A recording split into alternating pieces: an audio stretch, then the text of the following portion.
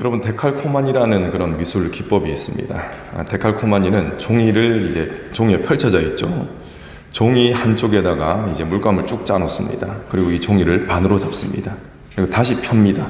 그러면은 이쪽과 이쪽의 모양이 어떻게 되겠습니까? 똑같이 나옵니다. 이렇게 하는 기법이 데칼코마니라는 기법입니다.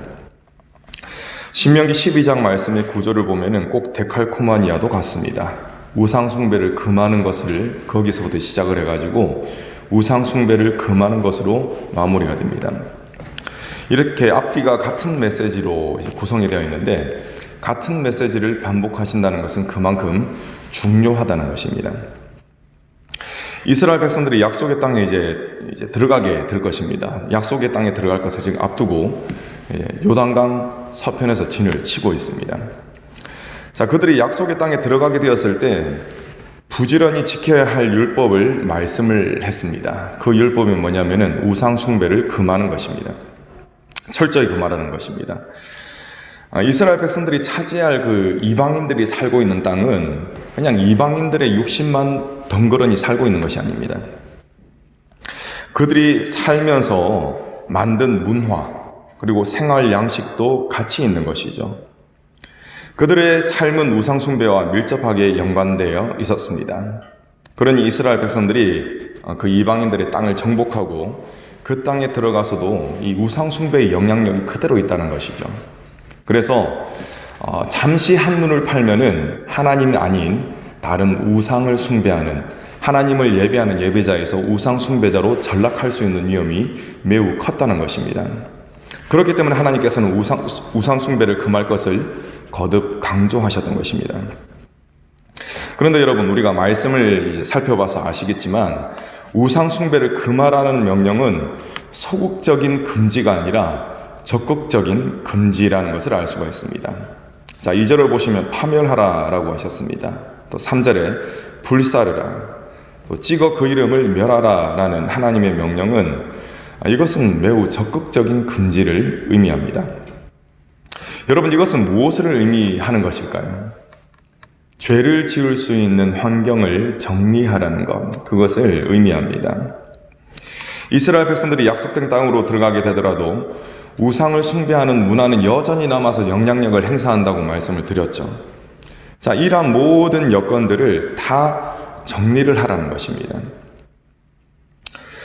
하나님은 철저한 거룩을 요구하십니다.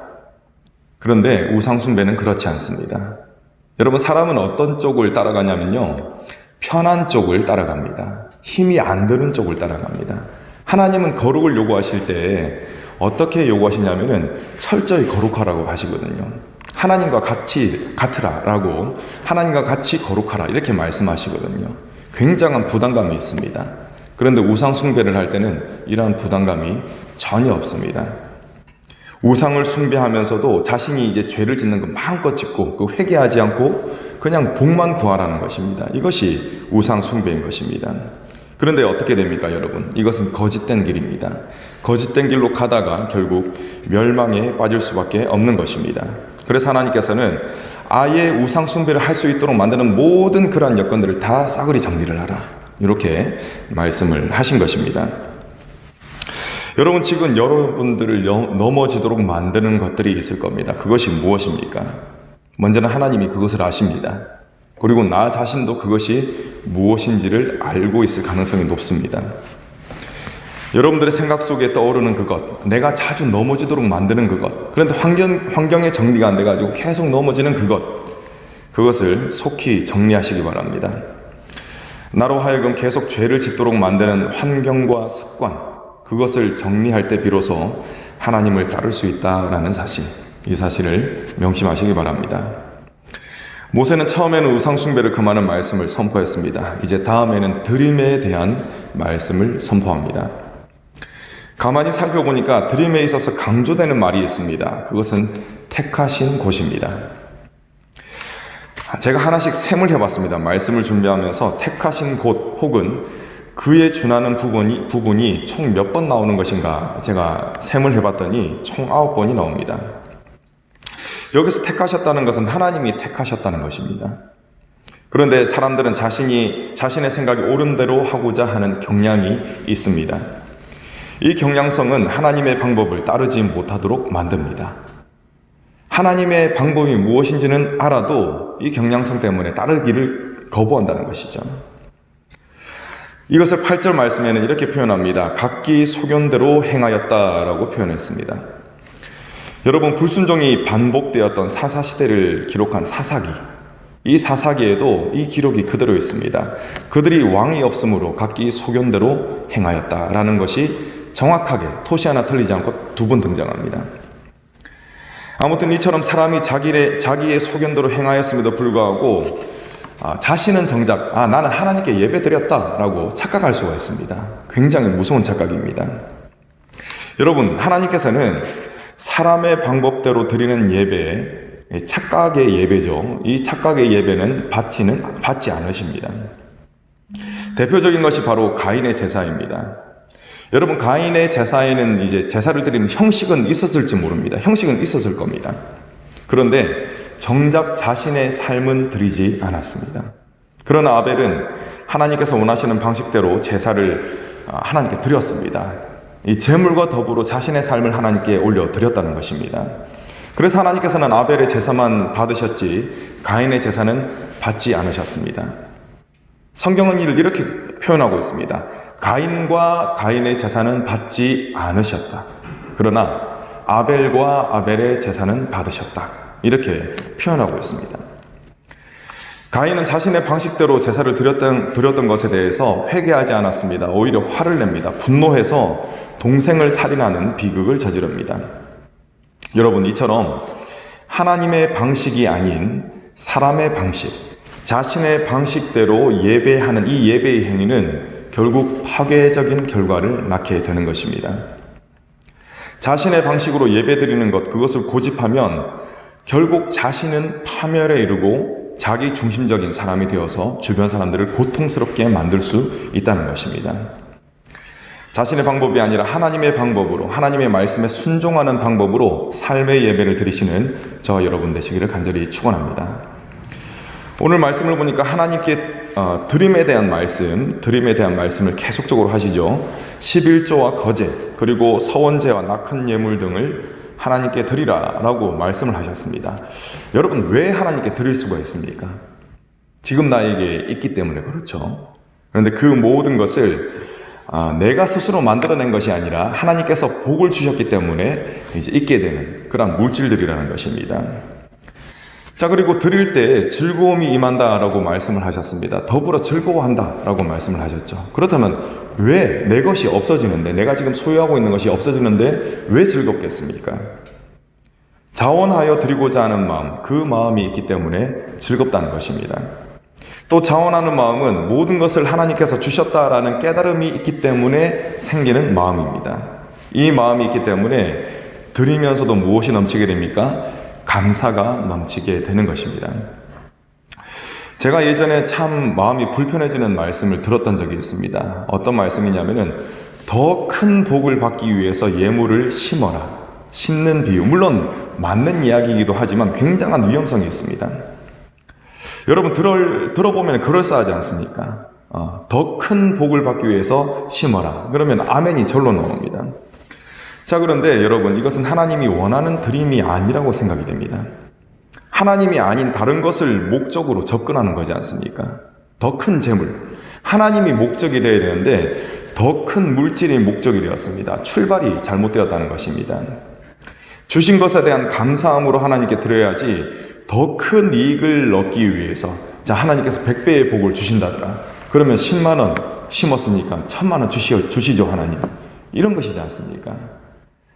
자, 이것은 하나님을 바라는 것이 아니라 하나님께 사업하자고 덤벼드는 것과 마찬가지일 것입니다. 여러분, 하나님께 예물을 드리는 가장 기본적인 마음가짐은 더 얻고자 하는 것이 아니라 감사함이다라는 사실, 이 사실을 꼭 기억하시고 감사함으로 하나님께 올려드리시는 저와 여러분 되시기를 축원합니다. 20절부터는 가축을 잡아먹는 그런 일상생활에 대한 가르침도 있습니다. 이제 하나님께 제사를 드리고 번제를 드리고 그 이후에 이제 같이 이웃들과 함께 나눠 먹는 것, 그것을 하나님께서는 허용을 하셨습니다. 그런데 이 제사와 연관된 것뿐만 아니라 일상생활에서도 가축을 잡아먹을 수 있도록 허용하셨습니다. 그런데 단서 조항이 있습니다. 핏째 먹지 말라는 것입니다. 피를 다 땅에 쏟아버리고 그것을 이제 먹으라 이렇게 명령을 하셨죠. 왜 그러냐면은 피에 생명이 있기 때문에 그렇습니다. 그리고 모든 생명은 하나님께 달려있기 때문에 피를 먹지 말라고 하신 것입니다.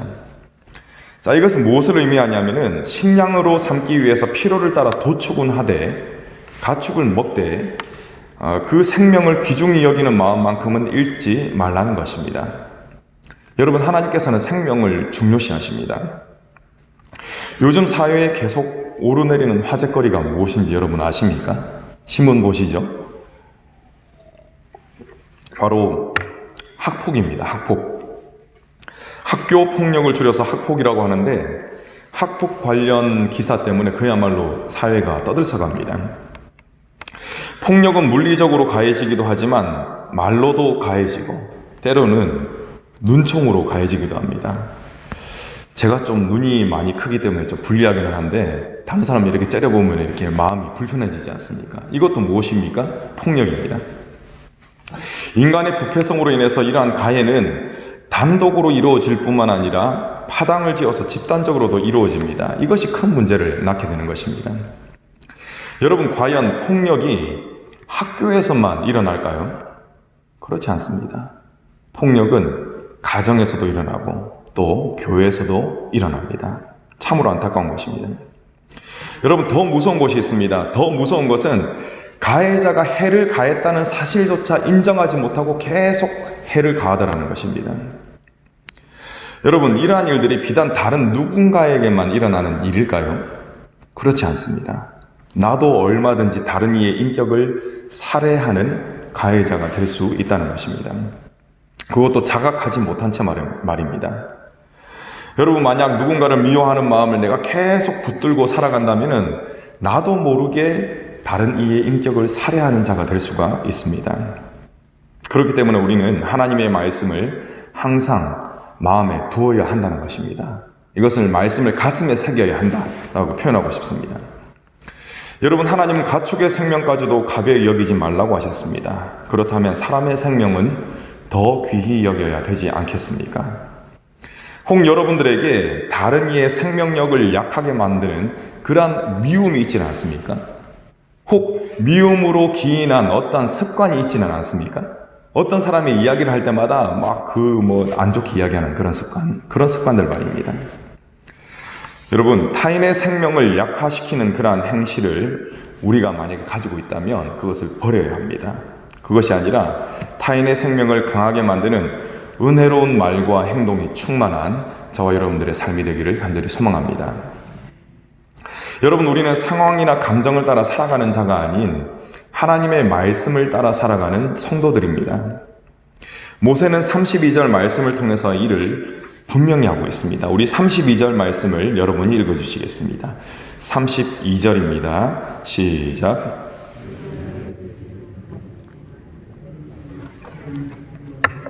그것에 가감하지 말지니라. 아멘. 가감하지 말고 그대로 지키라고 말씀하셨습니다. 여러분, 우리가 살아가다 보면은 말씀대로 살지 못하게 만드는 순간들이 얼마나 많은지 모릅니다. 만약 그러한 순간들마다 타협하면서 말씀을 따르지 않게 된다면 어느덧 나는 불순종이 습관이 되어 있는 나 자신을 발견할지도 모릅니다. 여러분, 불순종이 습관이 되어버리면 돌이키기가 힘듭니다. 그렇기 때문에 선택의 순간이 왔을 때 그때 말씀에 양보해야 합니다. 자, 제가 양보해야 된다는 제가 표현을 사용한 이유가 있습니다. 양보는 내키지 않지만, 그렇지만 이거 비켜주는 이런 느낌이 있지 않습니까? 우리는 본성상 하나님의 말씀이 막 이렇게 걸릴 때가 굉장히 많이 있습니다. 자원하는 마음으로 순종해야지 이것보다는 그것이 난 그렇게 순종하기 싫어 하는 마음이 들 때가 더 많다는 것입니다. 선택의 순간마다 그런 이제 갈등을 하게 된다는 것입니다. 그때 내키지는 않지만, 그렇지만 하나님의 말씀에 순종해야 된다. 내가 말씀에 양보해야 되겠다. 이렇게 해야 된다는 것입니다. 여러분 순종해 보시기 바랍니다. 상황이 여의치 않는다 하더라도 말씀에 양보해서 순종해 보시기 바랍니다. 또 내 감정이 허락하지 않을 때가 굉장히 많이 있습니다. 그렇지만 그렇다 하더라도 감정이 내키지 않는다 하더라도 말씀에 양보해서 순종해 보시기 바랍니다. 우리가 날마다 동행하시는 주님을 의지한다면 성령의 도우심으로 말미암아 순종의 사람들이 될 줄로 믿습니다. 저와 여러분이 바로 그러한 순종의 사람들이 되시기를 간절히 축원합니다. 기도하겠습니다.